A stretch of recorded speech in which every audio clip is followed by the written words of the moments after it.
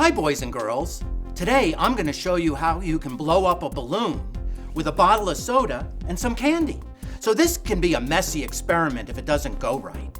So I'm going to do it in this pan. If you do this experiment at home, either do it in the kitchen sink or outside. So all you need to do is to take one of your candies and put it inside of a balloon. I have one made up already right here.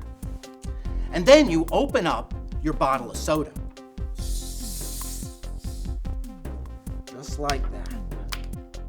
And then you have to securely put the balloon onto the bottle of soda. And you got to make sure it's real secure.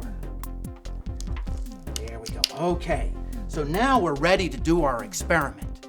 So all you need to do is lift up on the balloon and let the piece of candy drop into the bottle of soda.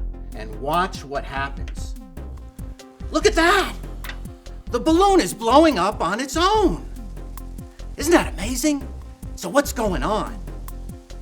Well, when the candy dropped into the bottle of soda, it created a reaction that produced carbon dioxide gas bubbles. In fact, you can see the bubbles right here. And that's filling the balloon up with carbon dioxide gas. This is a great experiment to do at home, and you can do all kinds of variations. You can try different types of candy and different sizes of soda bottles. Well, boys and girls, if you want to learn more about science, just go to our website. And remember, it looks like magic, but it's science.